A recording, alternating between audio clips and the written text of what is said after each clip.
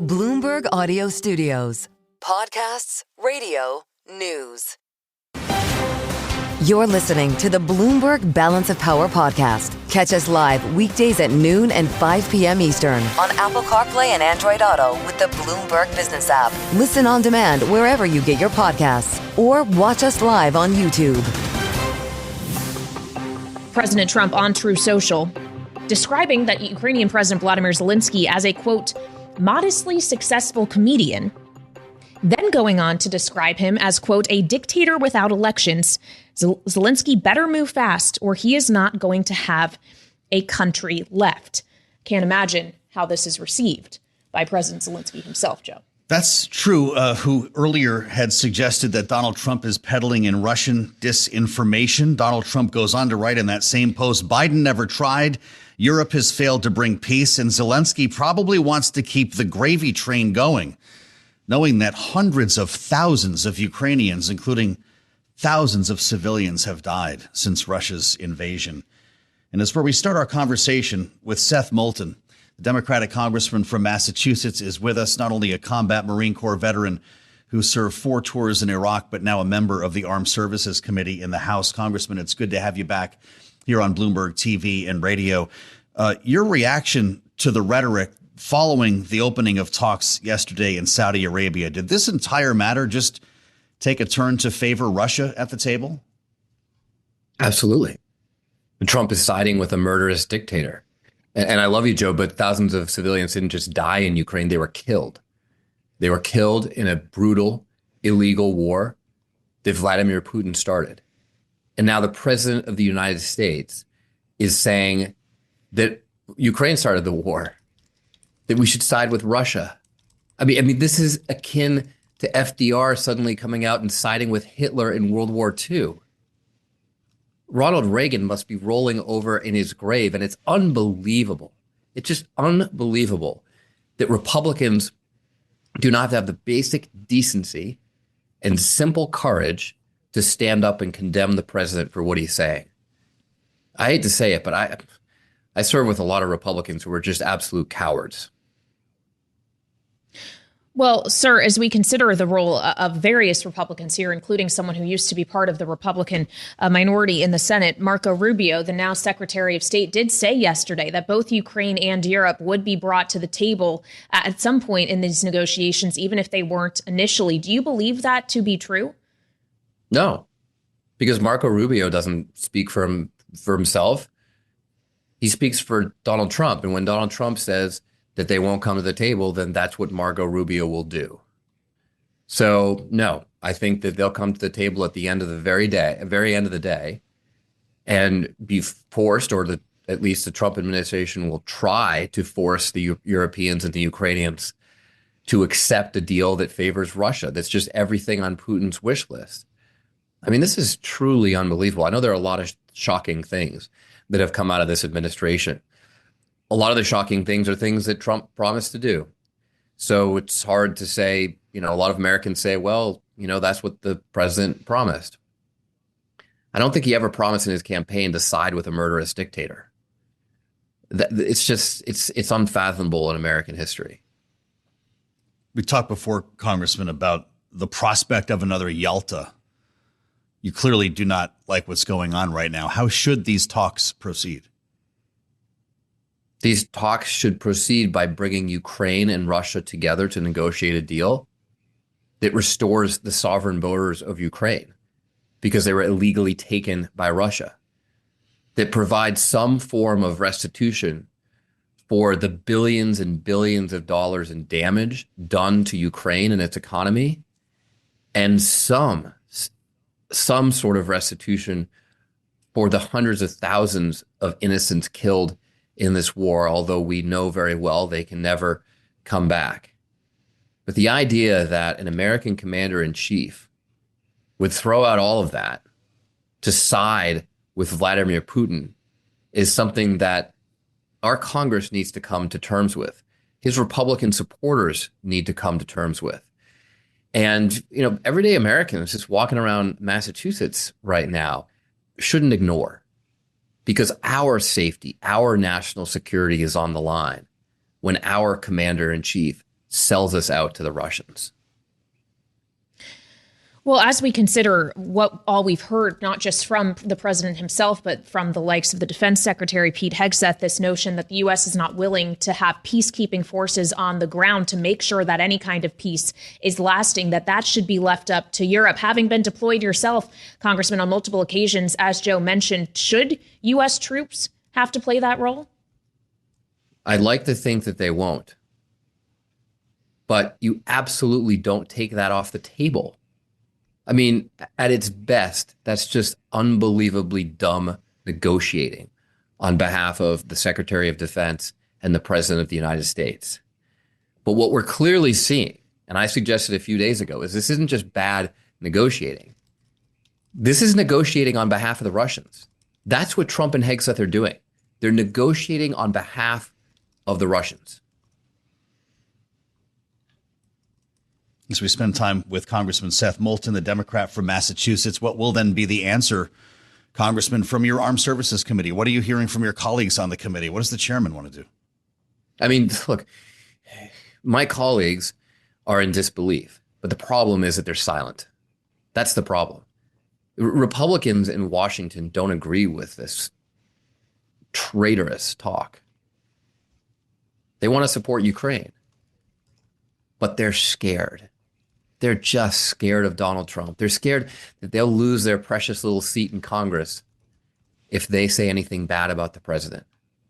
And that's why I use the word coward to describe so many of my Republican colleagues. Well, the argument that I won't say that they're all monolithic in this, but that you hear some making, Congressman, is that Europe should have a greater responsibility for its own defense here. That part of this is that Europeans need to be sharing a greater portion of this burden. Is there no accuracy to that suggestion, or do you not see that concern as valid, that Europe cannot stand up its own resources and make its own investments in its defense and security right now? Because the administration would argue that is part of what they're pushing for here. Sure, that's a valid concern. That's a valid point of view. That has nothing to do with selling out to the Russians. And that's an absolutely absurd implication. I mean, tell me, you're asking this question. What on earth does that have to do with siding with Vladimir Putin over this murderous war? What does that have to do with giving away Ukraine's sovereign territory? What does that have to do with lying about Zelenskiy and how this war began? I mean, I'm sort of aghast at the question.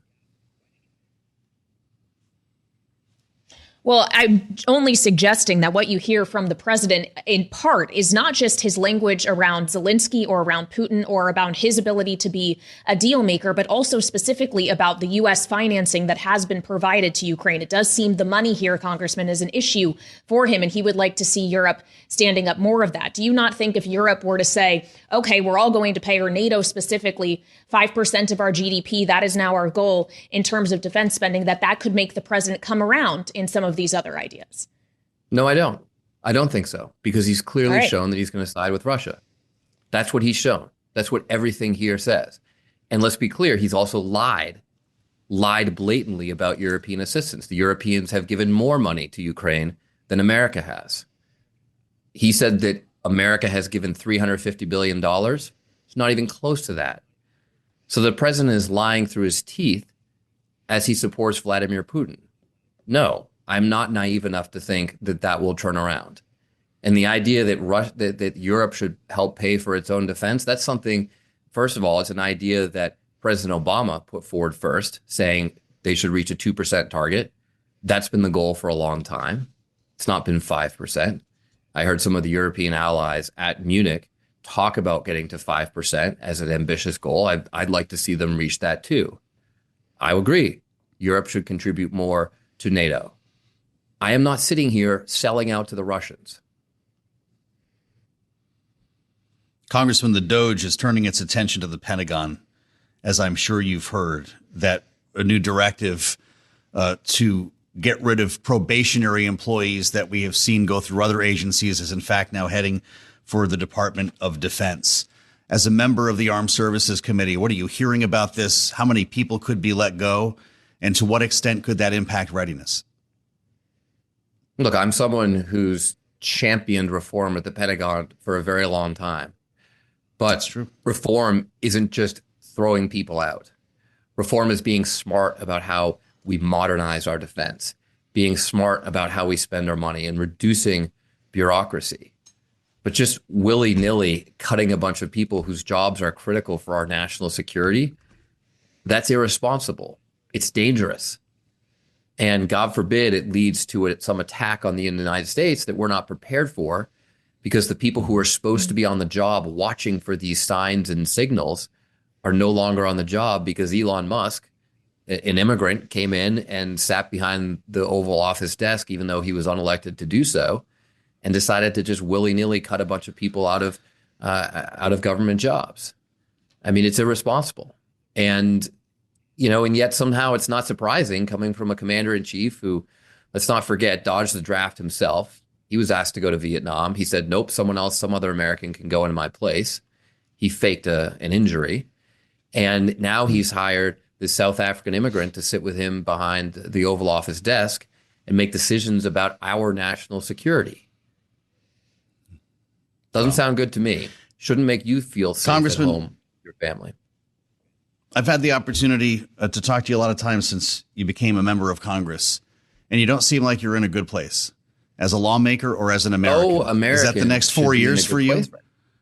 Joe, look, is that no the next American 4 years for you, or or are you going to craft an answer to this as a Democratic Party? Joe, you know me very well. And you know that I have been out front in redirecting the Democratic Party and saying that it's no longer good enough just to criticize Trump, that we've got to have our own way forward, and that we've got to make some changes as a party to get back in touch with the majority of Americans. So you never have to question whether I'm willing to make changes and reforms in the Democratic Party. But I'm also going to hold Republicans accountable. And that's what needs to happen right now when Donald Trump is selling us out to the Russians. This was quite a conversation with Congressman Seth Moulton, the Democrat from Massachusetts, with us live here on Bloomberg. Congressman, thank you very much. Kailey, you don't have to guess how Seth Moulton thinks about all of this. No, certainly not. And he is not alone in his views specifically about some of the language we are hearing around the description of President of Ukraine, Volodymyr Zelenskiy, as a dictator. You are seeing at least some mild pushback from Republican senators on the Hill suggestions that is not how they would describe Zelenskyy, for example, but not necessarily full-throated pushback to the tactic that the administration is taking here when it comes to approaching these talks, at least initially. Yeah, John Thune, speaking with Bloomberg about this a short time ago, laying blame against Volodymyr Zelenskiy, saying Russia is the aggressor, and there is not a question about that. You're listening to the Bloomberg Balance of Power podcast. Catch us live weekdays at noon and 5 p.m. Eastern on Apple CarPlay and Android Auto with the Bloomberg Business app. You can also listen live on Amazon Alexa from our flagship New York station. Just say, Alexa, play Bloomberg 1130. Today, the Senate was gearing up to move forward on a budget resolution, a so-called skinny one, that would address part of the legislative agenda that President Trump wants to pursue, specifically providing funding when it comes to border security and changes to energy policy, a strategy pursued by Senator Lindsey Graham, who leads the budget committee in that chamber, as well as the majority leader, John Thune. The House, of course, is trying to do everything in one package. And today, as we mentioned, that got the endorsement from the president on Truth Social, who said in part, quote, "The House resolution implements my full America First agenda, everything, in all caps, not just parts of it." The question, of course, though, Joe, is if it is to be everything, how much exactly does everything cost? That's a great question that no one in Washington, I think, can answer right now, but somebody's going to have to come up with an answer. Phillip Swagel, among them. He's director of the Congressional Budget Office. And when you hear people talk about scoring legislation, this is the entity that does it. He's with us at the table right now ahead of the storm. Phillip, good to see you and welcome. Yeah, thanks so much. CBO, bipartisan. Nonpartisan. CBO is nonpartisan. Forgive me. We work one of the for most both sides. important agencies in Washington, and therefore a very easy target when lawmakers want to complain about the process. We'll get to that.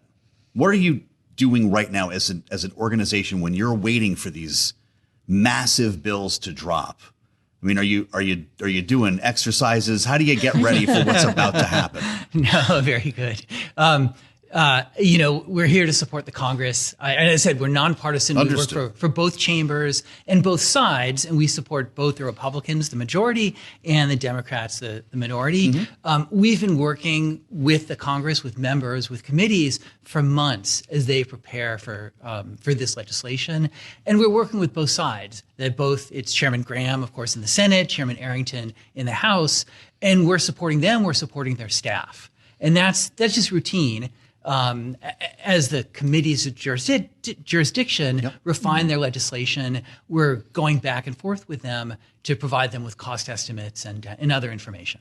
Well, you mentioned Chairman Arrington. Obviously, the budget resolution that he put forward that worked its way out of the Budget Committee called for $4.5 trillion in tax cuts that will be allowed. In return, you have to have at least $1.5 trillion of spending cuts. Keeping in mind that the president said last night that he doesn't want to see Medicare, Medicaid, or Social Security touched. Is that mathematically possible? For sure, it's mathematically possible. Okay. And it depends on the decisions to be made by the Congress in the future. At this point, where the Congress is now is that they're working on a concurrent resolution. It's a resolution that's concurrent between the two chambers, the House and the Senate. There's no cost estimate of that. Where the cost estimate comes in is later in the process, after each chamber comes up with the specific legislation. And so that's, in some sense, we're working with them on a technical basis and confidentially when the eventual legislation comes forward, in whichever way it proceeds, with so the bigger or smaller, we will eventually provide a cost estimate that makes the numbers clear. I want to get to an important debate that's underway right now in Washington, because we've had people sit at this table and argue that extending the Trump tax cuts will prompt growth that is unquantifiable. We get back to dynamic scoring and so forth as a concept there. Others are saying that it'll explode the deficit and ravage the economy. We get both extremes here a lot. You wrote at the end of last year, because higher taxes increase revenues. This is the idea of what would happen if they were allowed to expire. Because higher taxes increase revenues, the federal government borrows less, making more funds available for private investment. These two effects roughly offset each other. As a result, the expiration of the individual income tax provisions here does not significantly affect CBO's projections of real GDP. So does it inspire growth or not? Very good. And that's from a blog post on the CBO website. Yes. And the way to think of this is that the Tax Act in 2017 has a number of provisions. Many of them are permanent already. So there's international provisions that are largely permanent. There's corporate provisions, largely permanent. There's some business provisions that are not permanent, expensing, the research credit, and then there's the personal side. And so the quote you read is exactly right. It's about the personal side. And as you said, the higher deficits that would result from extension of those leads to crowding out, has a downward effect on GDP growth. The positive incentives of lower taxes goes in the opposite direction. Those two cancel out. On the business side, so that's on the personal side. Yes. Then on the business side, those have a smaller cost in dollars, but probably a larger bang for the buck in terms of economic growth. And so to know the growth impact of the eventual legislation, we have to see it all, and that's what we're waiting on. Well, and we're all waiting on it. We've been waiting, it feels like, for some time. And I'm sure that waiting game is going to have to last a little bit longer, knowing, and we've had multiple conversations with Chairman Jason Smith of the Ways and Means Committee about pursuing the tax cuts that Trump would like to see implemented. This notion that he needs more than $4.5 trillion, because that alone is what it will cost to extend the 2017 tax cuts. Can you walk us through the math on why that figure for extension is so much higher than the original score of the legislation from 8 years ago? It's a great question. And well, first of all, I should say our colleagues in the Joint Committee on Taxation eventually will provide the cost estimates for the cost. And so their numbers will appear in a CBO cost estimate, but by statute, they're JCT's numbers. So, broadly speaking, the 2017 Act, when it was enacted in December 2017, had a variety of lower taxes, but it also had base broadeners. Some of those were one-time. It changed the indexation of tax brackets. There's a one-time repatriation of foreign income that resulted in revenue, and another number of other provisions. And that's why the original cost of the 2017 Act on net was lower because of these one-off provisions. Now, of course, the cost of whatever is extended or whatever changes there are will again depend on the specifics. Are there one-off provisions? Are there other base broadeners? And what exactly is done?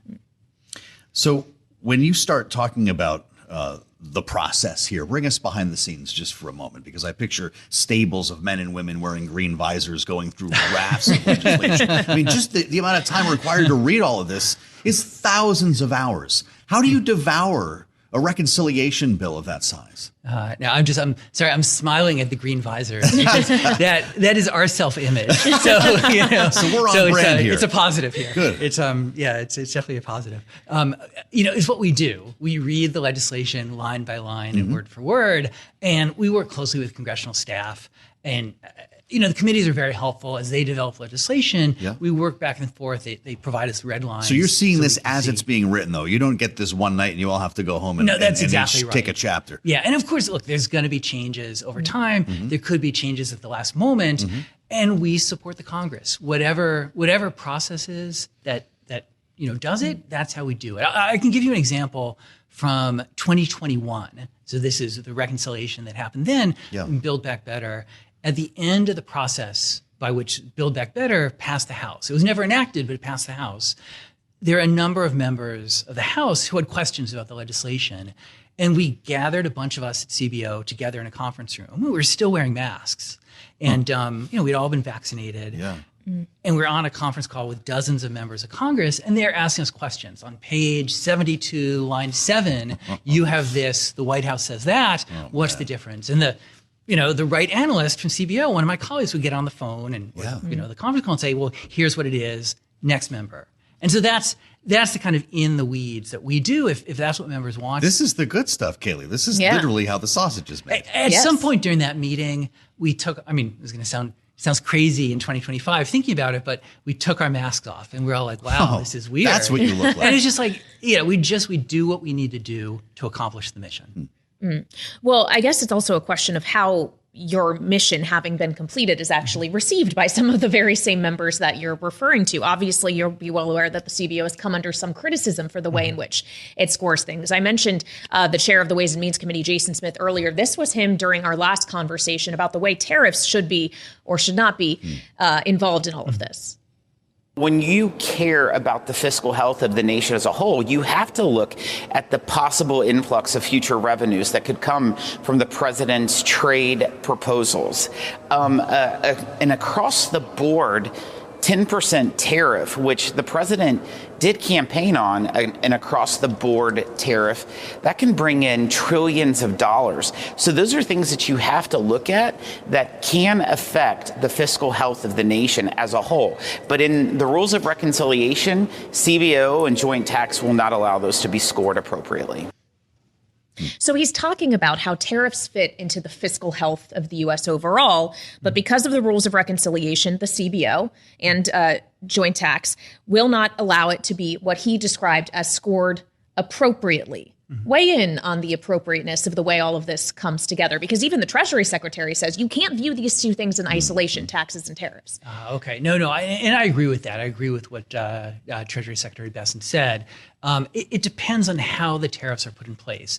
If they're put in place through administrative action, through the president using his authority, then it doesn't score in legislation. And so Chairman Smith, of course, is right about that. We can still provide information to the Congress. So we could provide a letter that says, here's what the president has done, here's our estimate of what the revenues would be, and here's the economic effects. And in some sense, it's going back to what we talked about just a moment ago.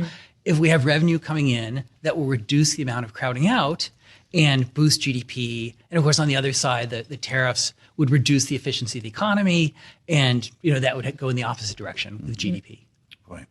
Mentioned at the outset here, you're the easiest target in Washington, aren't you? Almost by design, by structure. You made it clear, nonpartisan. That's almost like a kick me sign in this incredibly political environment we're in. Does it make your job harder? I'm tempted to look behind me for that sign. No, CBO is a mission-oriented place, and the people who come to CBO, I have 270 colleagues, we are mission-oriented. We are here to support them. It's not always vice versa, but that's just part of the deal. And whatever information they need, our job is to get it to them, what they need, when they need it. Well, we appreciate you being here, at least right now, as you have those deadlines to meet eventually when we look at ultimately the size of this legislation, however big it ends up. Phillip Swagel, Director of the Congressional Budget Office. Thank you so much for spending time with us. You're listening to the Bloomberg Balance of Power podcast. Catch us live weekdays at noon and 5 p.m. Eastern on Apple CarPlay and Android Auto with the Bloomberg Business app. Listen on demand wherever you get your podcasts or watch us live on YouTube.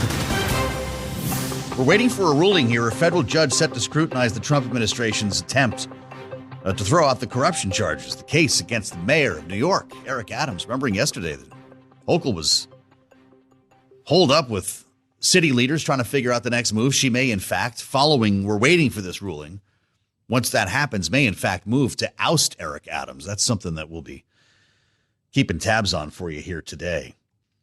As attention shifts to Miami, this is not a crypto story, although I guess it could become. You've got to be crypto bros crawling all around the FII, right? We'll have to ask Tyler. This is the big summit here funded by the Saudi Investment Fund, right? The Future Investment Initiative Institute. Not likely a place Joe Biden would have been dropping a keynote speech in the first month of his first term, but here we are. Joining the likes of TikTok CEO Shu Chu, leaders of other big tech companies, think Oracle, think Uber. Yes, the president of the United States will be there. 5 p.m. Eastern time, so says the schedule. We're going to carry this speech live here on Bloomberg. That'll be in the late edition of Balance of Power. But we get a treat right now because Tyler has already made her way to Miami. She's got the machete down there clearing through all the brush to get to the real story and is with us right now from FII at Miami Beach. Tyler, what's going on down there ahead of the big speech tonight? Yeah, hey, Joe. Well, we know that President Trump is likely to really focus this on an increase that he wants to see when it comes to U.S. investment. You'll recall that during his first week in office, the Saudi crown prince called him and said that Saudi Arabia would be investing $600 billion in the U.S. when it came to investments and trade over a period of 4 years. That was considered to be a pretty big pledge, right? That amounts to about 55% of Saudi Arabia's GDP. However, President Trump said that that wasn't enough. He called for Saudi Arabia to instead increase that number to $1 trillion. That number, experts say, is highly unlikely. However, it has spurred, as you've been talking about, these business interests to come here to Miami to talk about potentially how this increased flow of capital between the two countries could be beneficial for them. And there's a real sense here on the ground that the Saudis would like to focus on terms of agreement, right? Investments in artificial intelligence, advanced manufacturing, things like this, particularly as they find themselves in the center of some of the White House's key policies this week, such as hosting the U.S.-Russia talks. But, Joe, to be clear, there are still, of course, other contention points that could come up depending on which way President Trump would like to go, including his plan when it comes to Gaza, as well as recent complaints on oil prices. So we'll have to wait and see. We did inquire with the White House to see if we could get any sort of preview, and they just told us to stay tuned, but we will be here at 5 p.m. Eastern when he starts. Well, that's exactly what I was going to ask you. So we're going to get the weave then, right? You just rolled out like 6 stories. He'll probably hit them all, do the ad lib. What does he have, about an hour in store here? And who's in this crowd, Tyler? Actually, yes, about an hour. According to the schedule, he is set to depart here at 6:15 Eastern. So give or take there. We know that there are some big tech titans. You mentioned the TikTok CEO, also Ken Griffin, Steve Cohen. We know that other industry leaders, including chief executives of Uber and Oracle, will all be here. And we talk about the weave. I'm also interested to see if he makes any remarks about potentially a PGA Live merger. That's something that often comes up when we're talking about Saudi-backed ventures. Right, and something that has often divided Washington on a bipartisan basis when it comes to Congress, which has launched investigations into this merger amid criticism of Saudi Arabia's record when it comes to human rights abuses, for example. So whether or not that could come up is also a big question. But it could be a wide range of things here as President Trump makes his debut here in Miami. The big debut. Yeah, we'll carry it live. Boy, good luck getting a reservation at Joe's tonight, although Tyler could probably get in. How about Tyler Kendall? Look at this shot. If you're with us on YouTube, Tyler knows how to live. Set up in Miami. Check this out. Look like you're on Entertainment Tonight. We'll get back with Tyler a little bit later on. Thank you, of course, as always. Tyler Kendall. I'm Joe Mathieu in Washington on Balance of Power, where we're balancing a number of stories that become the weave. We're going to hear about the tariffs as well, right? President Trump was just talking about them last evening. Here's what he said. Some of the biggest companies in the world, and because of what we're doing economically and through tariffs and taxes and incentives, they want to come back into the United States. Have you decided specifically what the auto tariff rate should be? Yeah, I probably will tell you that on April 2nd, but it'll be in the neighborhood of 25%. We want to give them time to come in because, as you know, when they come into the United States and they have their plant or factory here, there is no tariffs. So we want to give them a little bit of a chance. Donald Trump at Mar-a-Lago. This is why Nathan Dean's phone keeps ringing, because the game keeps changing. The dates move, the timing, the implementation, the size of the tariff. Now we're 25 on autos. All right. This is why we have Nathan, of course, our top policy analyst at Bloomberg Intelligence here in Washington, Nathan Dean. That phone it keeps ringing. What's the big question these days? Well, I mean, obviously on the tariff front, it's this question of, will President Trump move forward? I mean, we had a client this morning ask, he's starting to sound like a boy who cried wolf. And, what we have to go back to and what we tell our clients is when it comes to tariffs, look, President Trump truly believes in tariffs. But the question is, what nuggets can we glean from his statements and his Truth Social posts to see if there's any way that other countries could come back and create a negotiation? Yeah. This is what we saw with Canada. This is what we saw with Mexico. This is what we saw with Colombia. The question for these reciprocal tariffs is this a simple measure of you charge us, we charge you? Then there's a high chance that these tariffs will go into fruition. Mm-hmm. But if there's other things that, like, say that there's negotiations with the European Union on cars, or maybe banks in Canada, things that President Trump has talked about, if there's negotiations that take place, potentially these tariffs will come back. But, ultimately you do have to prepare for these tariffs, because at a certain point, we do think President Trump is going to move forward like he did with China and the 10% Markets have been interesting, though. I mean, you're hearing from investors, and they're saying, let us know when it matters, guys. Let us know when we should care. The S&P's at a new high yesterday. Well, but that's the point, is these tariffs haven't come in and we haven't seen the impact yet on the American consumer. Right. And so one of our base case scenarios for these tariffs is that if we are going to see tariffs move forward outside of a universal tariff, if you see tariffs move forward, they'll probably be in industries the American consumer won't see initially. Okay. Think of food prices. You think of potash. Canada fertilizer. The industry there. So we'll see. I mean, obviously, it's hard to predict, and we have to always apologize to our clients that we don't know what's going to happen here. But you have to prepare for them.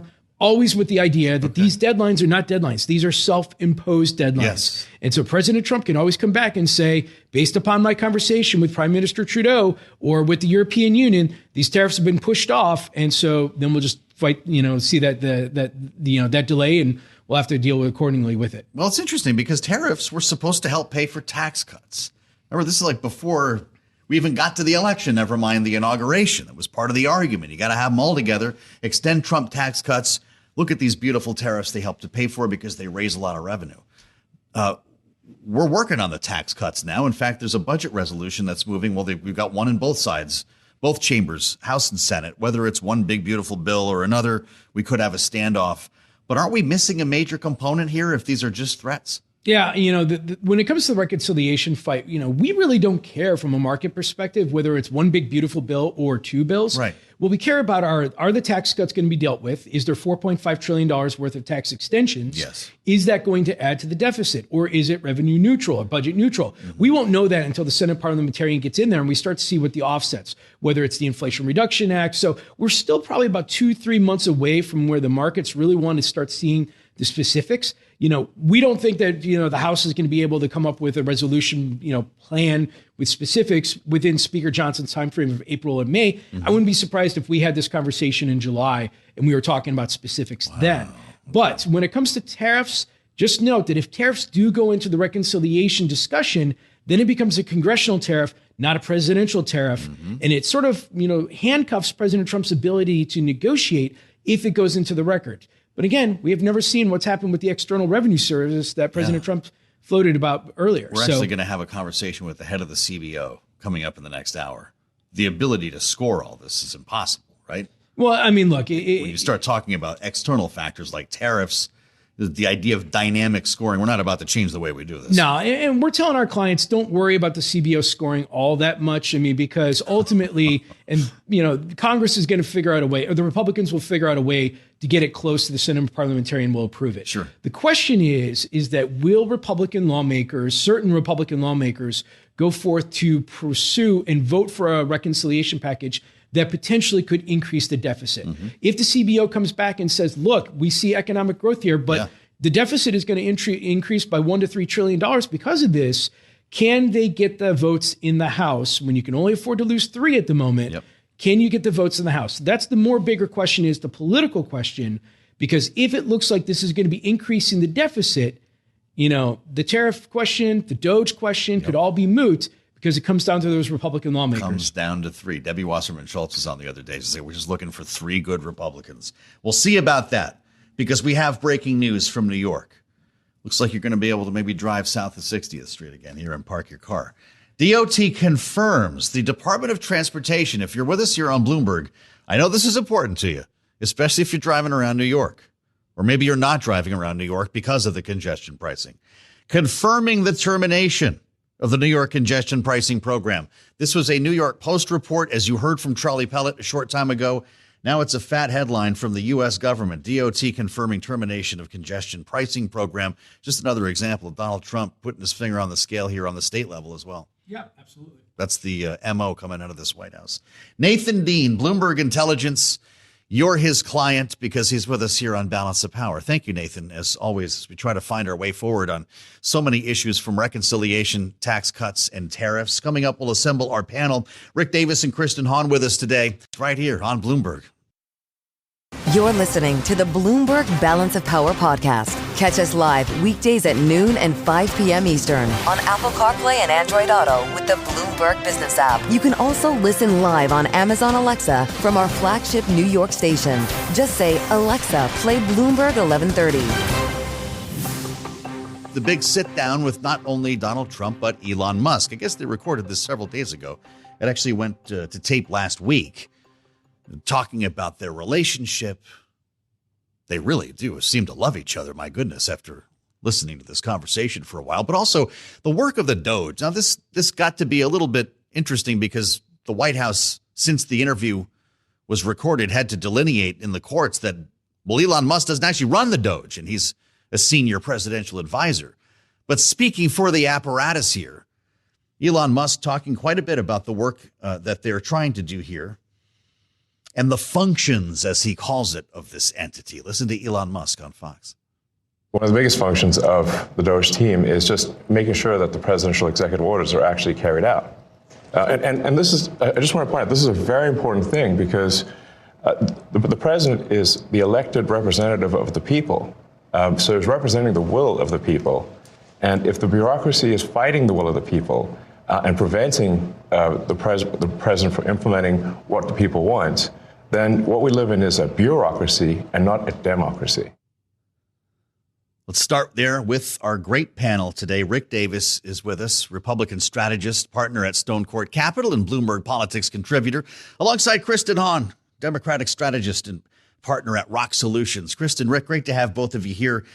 Look, we could talk about the DOGE all day long, and there's a lot of news. The group is turning to the Pentagon next here, Rick, but I want to ask you about the optics of that presentation. I'm not sure I've ever seen an interview where a sitting president of the United States chose to share the stage with someone else, I guess other than their spouse, maybe. What do you think about Donald Trump showing himself on par with Elon Musk, taking questions about policy together, speaking openly about their relationship? What was the point of that exercise? Yeah, I think that it seems that President Trump is a little sensitive to all the stories about Elon Musk and his influence and whether he's really the shadow president. He even addressed it in the interview, where he's talking very frankly about, people are all claiming that, basically I'm a puppet. And you must admit, I've never seen an interview like that with a president. And Elon Musk sitting there with a blue blazer and a T-shirt that says tech support. And he's like, yeah, I'm nothing but a tech support for the guy. I'm sorry. It's like a Saturday Night Live routine. On the 50th anniversary, why not have the president himself involved? Kristen, what did you think of all of this? And what do you think J.D. Vance was doing at home as he watched this on TV?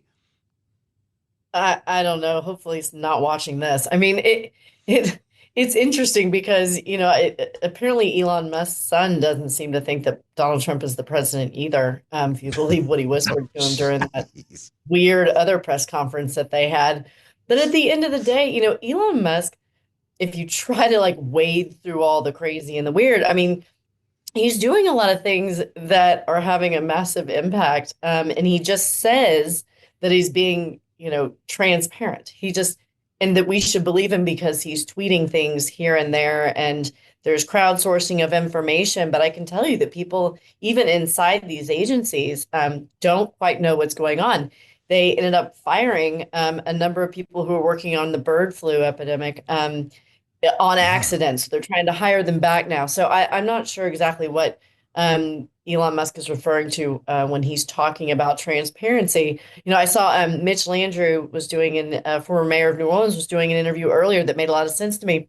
He said, I had to cut the budget by 20% at a really difficult time, and you have to do it surgically. He's like, I can cut off 20% of my weight of my body, but if I cut off my leg, I'll bleed to death. So I think that was a pretty good analogy.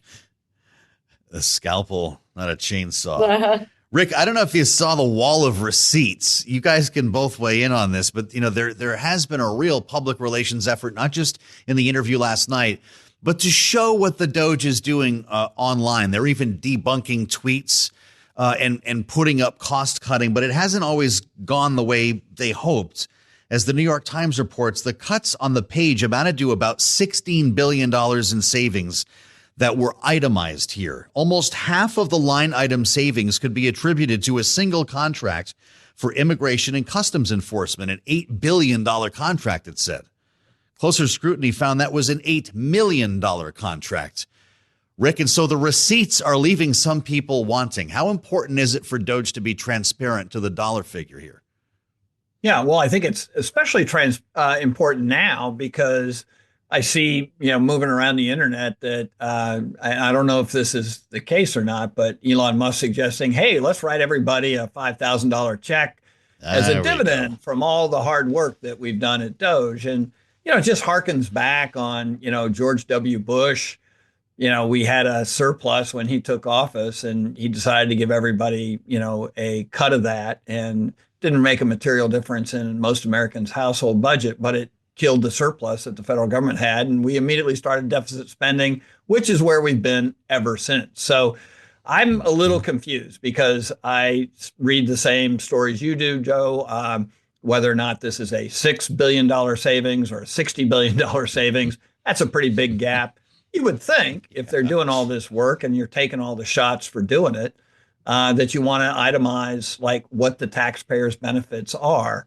The receipts wasn't a great way to do it. There ought to be a more professional way to do that. We ought to be knowing what we're savings as we cut. And by the way, all this should be factored into, the congressional activity, because I heard the president in that interview say we're not cutting anything associated with Social Security, Medicare, and Medicaid, which is fine. I mean, he's been saying that for quite a long time. Except, $850 billion worth of savings that they're applying to the tax cuts comes out of Medicaid. Right. And so maybe the Republican House leadership didn't get the memo that Donald Trump's saying don't cut any Medicaid funding. So it's all a lot of confusion right now, which I think is the one thing that everybody can agree on is nobody really knows what's going on. So maybe we're cutting off a pinky finger, not a leg here, Kristen. Maybe. But this idea of the DOGE dividend, this came from Elon Musk on Twitter. He posted this, says he's going to check with the president on this idea, to pitch the president on a dividend based on savings that the DOGE achieved. But I thought the point here was to cut the deficit. If you send all the money back, the deficit still needs to be paid, doesn't it? It does. That it really was remarkable when I saw that, and I totally agree with ROKK. I mean, you've got to figure out what are we trying to accomplish here. I mean, never mind the fact that you will never truly get at the debt and deficit without, with just waste, fraud, and abuse. It's not possible. You have to address entitlement reform, and you have to look at tax reform as well. So, I'm not sure exactly what they're trying to accomplish because they're looking forward to moving the baseline around. And figuring out how to add, to renew the Trump tax cuts without adding to the deficit, which is just funny money, and which should be offensive to your viewers and listeners. But I think if Elon Musk is said that he's trying to draw down the deficit, like you said, what are we doing here? What are we trying to accomplish? And also, it doesn't take a whole lot of scrutiny to realize that it was 8 million and not 8 billion. So. Thanks for listening to the Balance of Power podcast. Make sure to subscribe if you haven't already at Apple, Spotify, or wherever you get your podcasts. And you can find us live every weekday from Washington, D.C. at noontime Eastern at Bloomberg.com.